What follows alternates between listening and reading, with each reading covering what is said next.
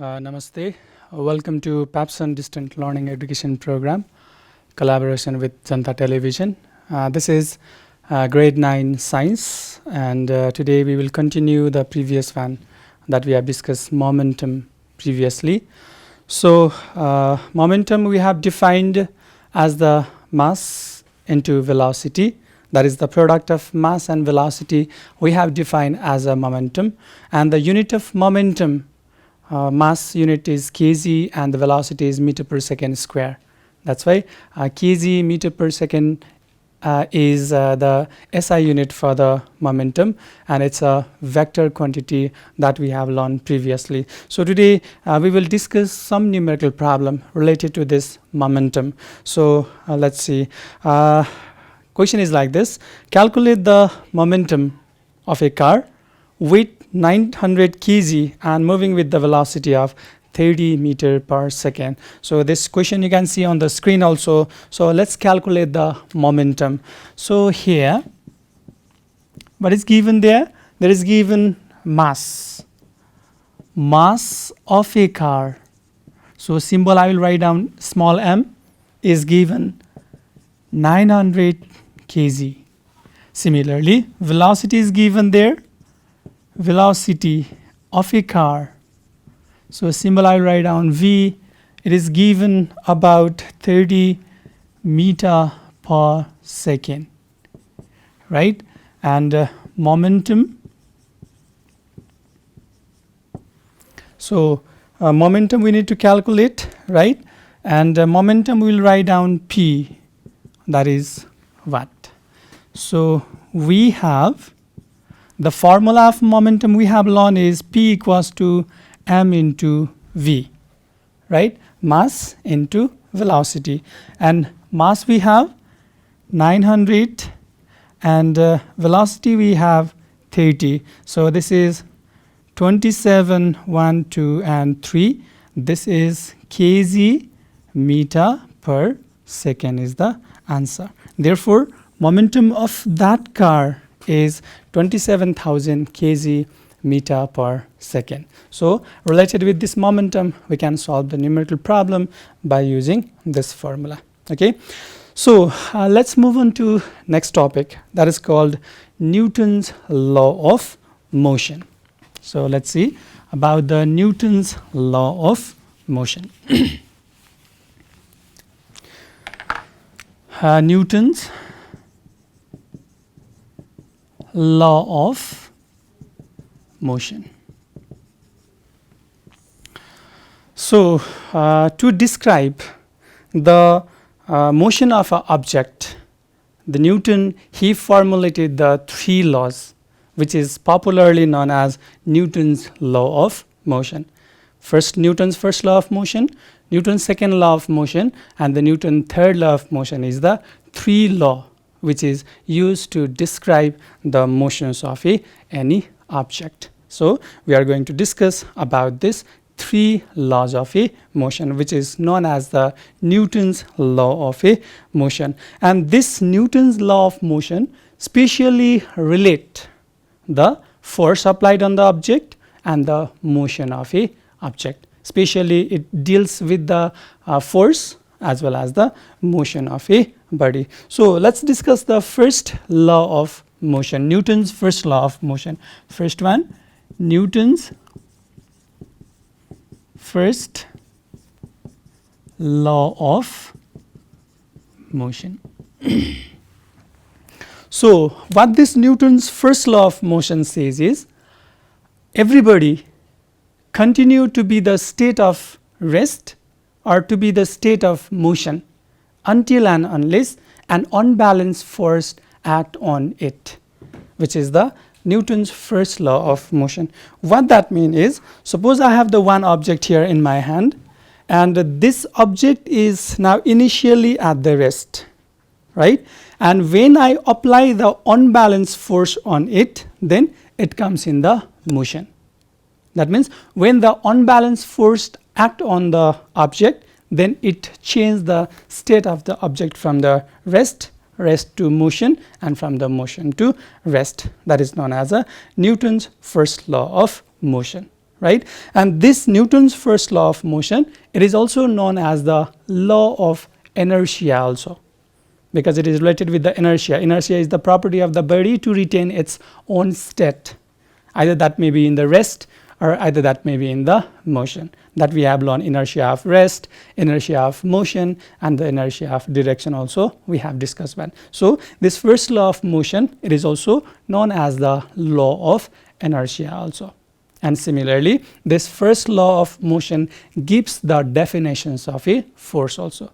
Force, we have learned, it is the external agent which changes or tends to change the state of object from rest to motion or from motion to rest. That means the definition of force is defined with the help of this Newton's first law of motion.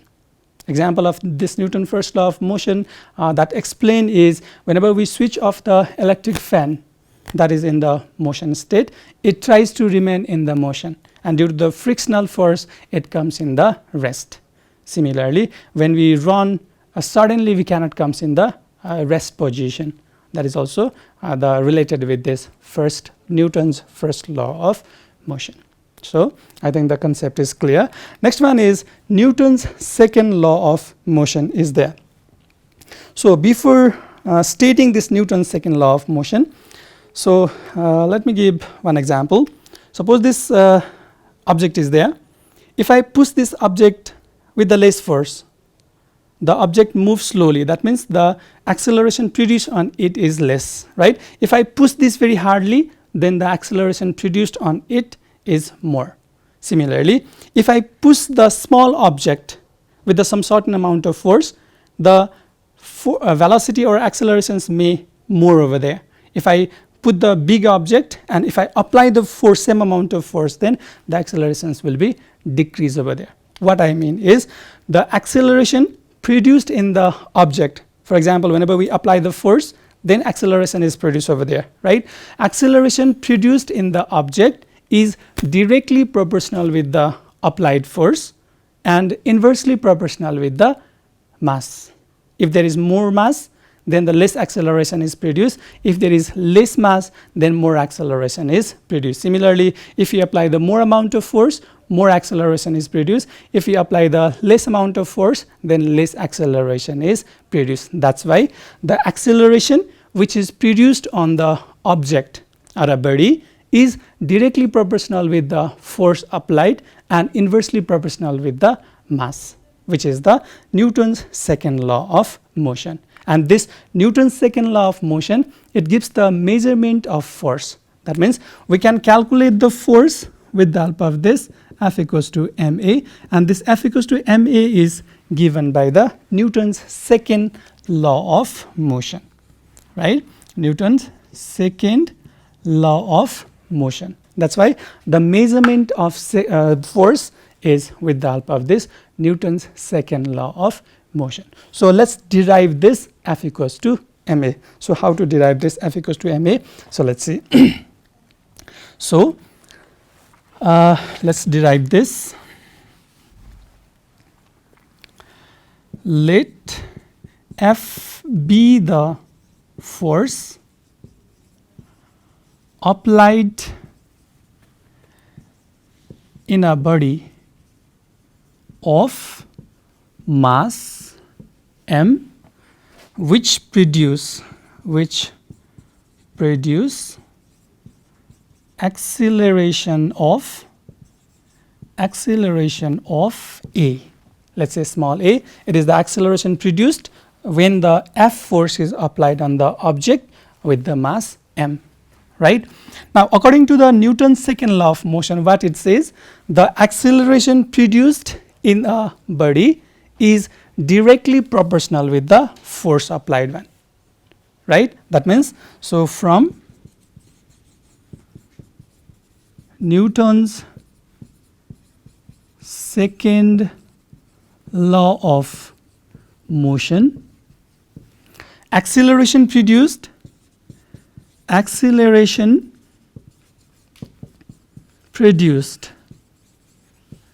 in a body is directly proportional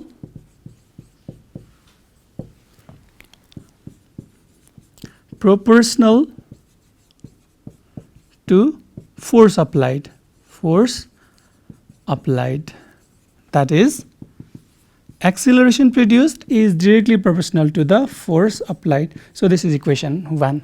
I have already said the acceleration which is produced on the object, right, by applying the force, that is directly proportional with the force applied one, right. Similarly, the acceleration produced in the object is inversely proportional with the mass. That also we have learned. So again, so this acceleration produced is inversely proportional with the mass of an object. So this I will write down equation 2nd. So from equation 1st and 2nd, so let me rub this.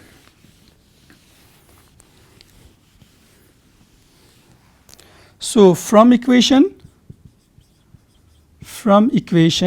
1 and 2, right, then what we will get here is A is proportional with the F but inversely proportional with the mass. This is combination of equation 1 and 2, right. So let's simplify this. Or F is proportional with A and M. So let me reverse this, M and A, right. So there is proportional sign is there. We need to remove this proportional sign for the simplification one. That's why or F equals to K M A, where K is proportionality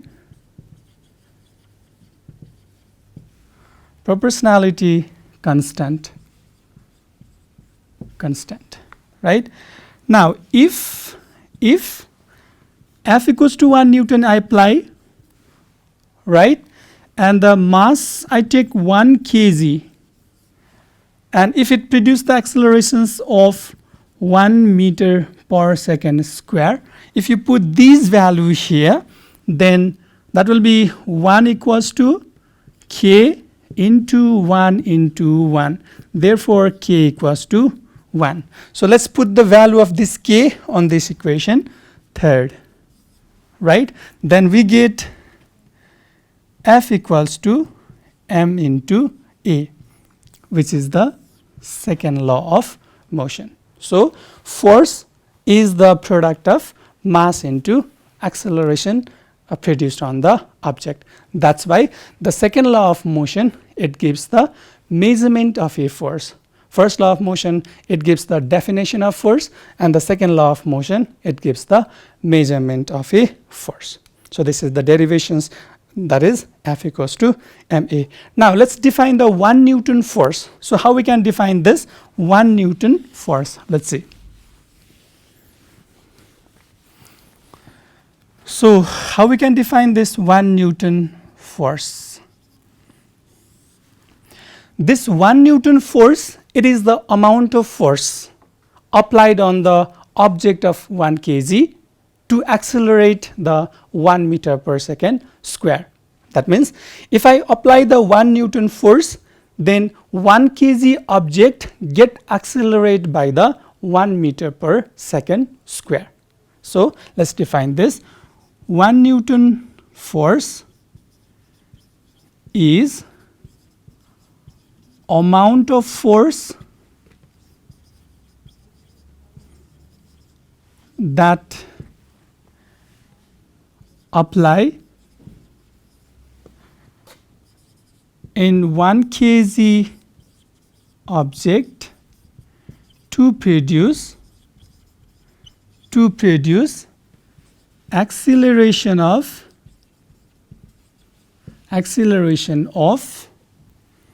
1 meter per second square.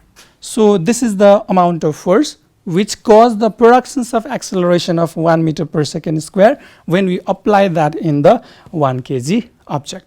So this is 1 Newton force. Okay. So let's see some numerical problem related to this 2nd law of motion. So question you can see on the screen. The question is, a cricket ball of mass 70 kg moving with the velocity of 0.5 meter per second is stopped by a players in 0.5 second. What force is applied by the player to stop the ball? That is a numerical problem. So let's solve this one. Here,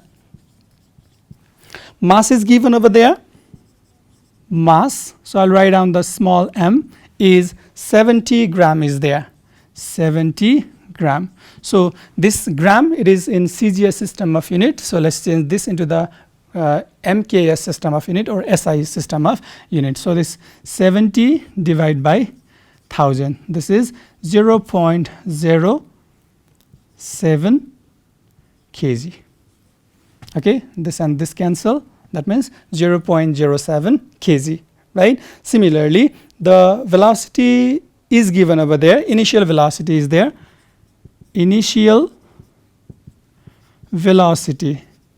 So symbol is U, is 0.5 meter per second, and it comes in the rest. That means final velocity. Final velocity. So this I'll write down this V is 0 meter per second because it comes in the rest, right? And the time taken is there. Time taken. Symbol is T. The time is given over there. 0.5 second is there, right? And we need to calculate the force applied by the player to stop the ball. So force F equals to what? We need to calculate the force. So we have to calculate the force, and the formula of force just previously we have derived. F equals to m into E, right? Mass is already here and acceleration is not there. So with the help of this parameter, we need to calculate the accelerations of a object. So now, so we have to find the acceleration first. So acceleration A equals to V minus U by T. This is the formula that we have learned previously, right? So V is here 0, U is here minus 0.5, and T is here 0.5. So equals to minus 0.5 by 0.5. If you cancel this, it is minus 1. So acceleration is there. That's why it is a meter per second square, right? Again, now we have the formula F equals to m into A. Mass is here. It is 0.07 and acceleration is minus 1 is here, right? It is a retardation, so we need to mention this minus also.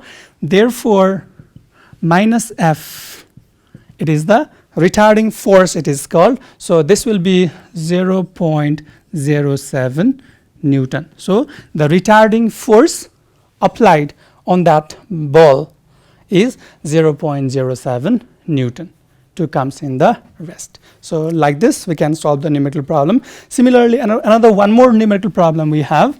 So number 2. So let's see that numerical problem also.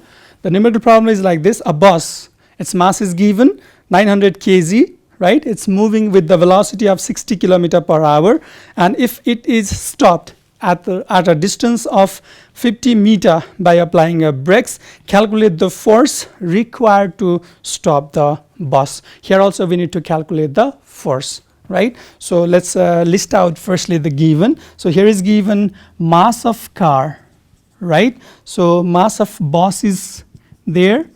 I will write down this small m. It is 900 kg is there, right? Similarly, the initial velocity is there. Initial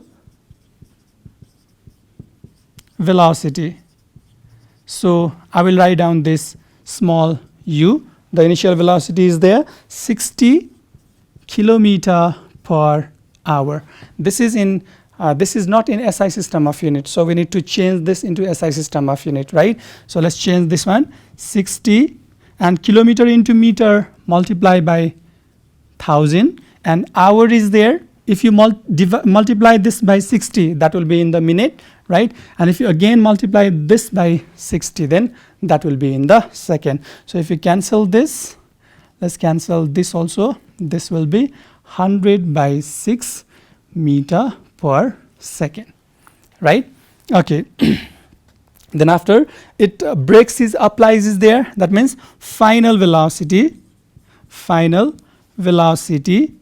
So I will write down this by v equals to 0 meter per second. Why? Because brake is applied and finally the bus, it comes in the rest. That's why the final velocity is 0 meter per second, right? And the distance cover here, distance covered. So this distance cover is S, and there is given the 50 meter. Before coming in the rest, the 50 meter distance is traveled one. So we need to calculate here force applied. Symbol is F equals to what?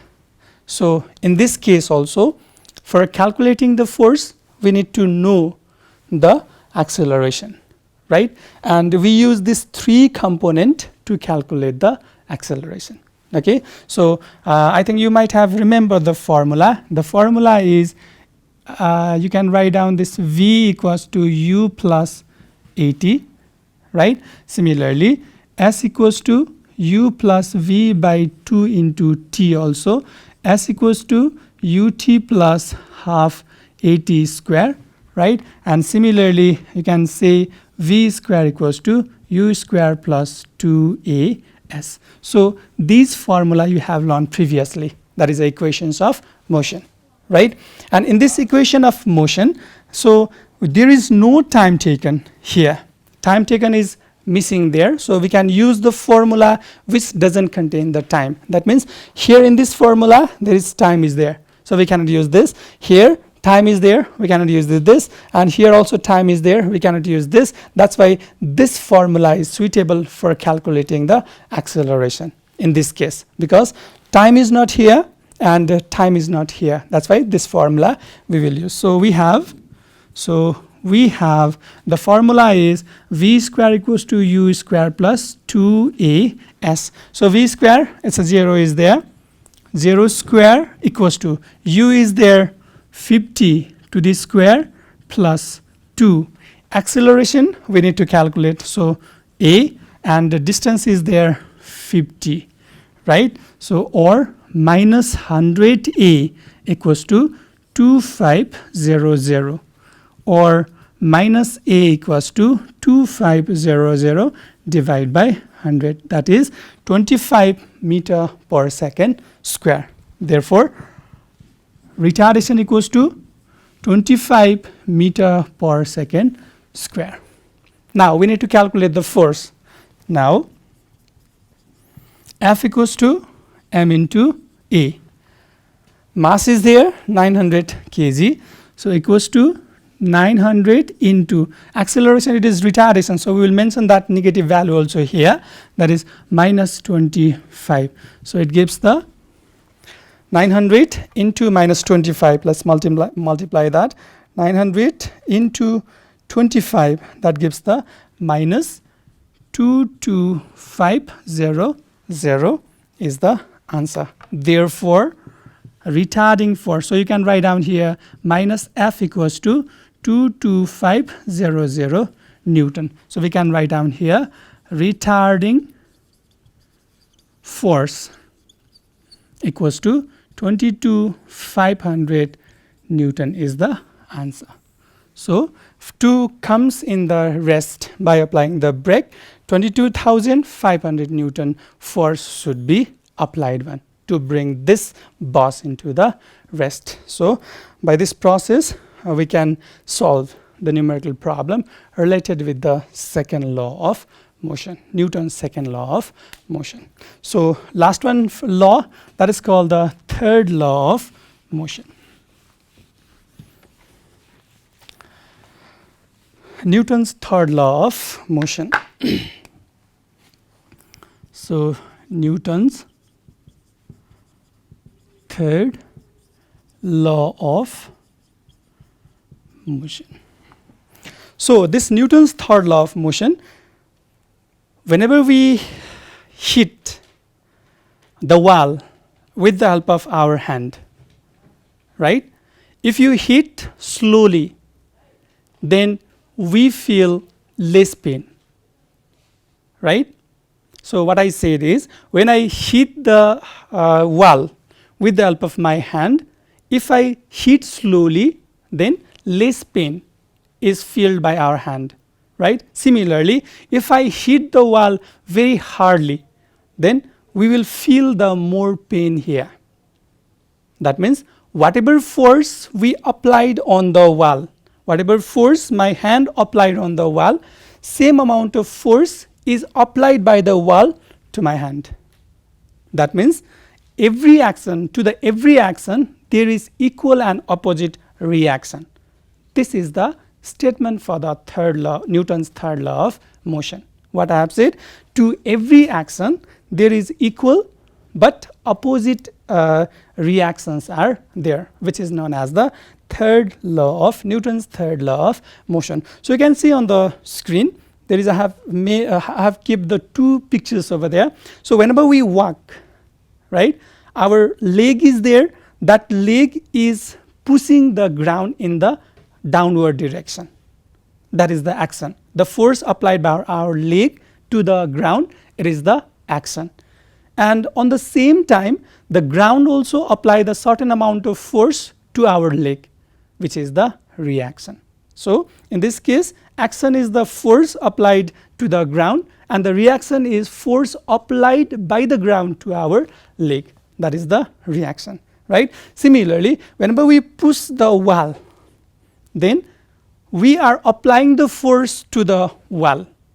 That is the action, right? Similarly, the wall also pushing by certain force to our body, which is the reaction one. So remember that action and the reaction, they are equal and the opposite in the direction, and they are applied completely in the two different objects. So in this case, you can see here the force applied to the wall, that is the action, right? The force applied to our body, that is the reaction one. So action and reaction, they lies completely two different objects. Similarly, if you put the book in the table, right? Suppose this one is book, suppose, right? And whenever you put the book in the table, then the weight is there, right? The weight act in the downward direction, vertically downward direction, that is the action, right? And same amount of force which is applied by the book to the table in the downward direction, same amount of force is applied by the table to the book also, which is the reaction one. So weight, it is the action, and the force exerted by the table to the book, that is the reaction one. Okay. So some in our day-to-day life, the different events are there which are based on this Newton's third law of motion. So let's explain some of them. So whenever we swim, then we use our hand to push the water in the backward direction, and in that condition our body get move in the forward direction. When we push the water in the backward direction, then our body move in the forward direction. That is also due to the third law of motion. So whenever we push the water in the backward direction, that pushing of water in the backward direction, that is the action, right? And the same amount of force is applied by the water to our body, which is the reaction. And due to this reaction, we move in the forward direction, right? Okay, lastly, the one video is there. You can see here, right? The one person is shooting with the help of gun, right? So, and the gun get recoiled, which cause the falling of that person. This is also due to the third law of motion. So how this related is, whenever the trigger is there, when the trigger strike the bullet, then the bullet get the force by the trigger, that is the action, which cause the movement of the bullet in the forward direction. And on the same time, the bullet also apply the same amount of force to the gun, which is the reaction one. and due to the backward movement of the gun by the force of the bullet, the gun get recoil after the fired. This is also third law of motion. So today we have discussed the different laws of the Newton's law of motion, that is first law of motion, second law of motion, and the third law of motion, right? And some more example you can find in your textbook also about this third law of motion. So get prepared about this third law of motion. In next class we will discuss more about this third law of motion. So thank you very much for joining the class. Thank you very much, everyone.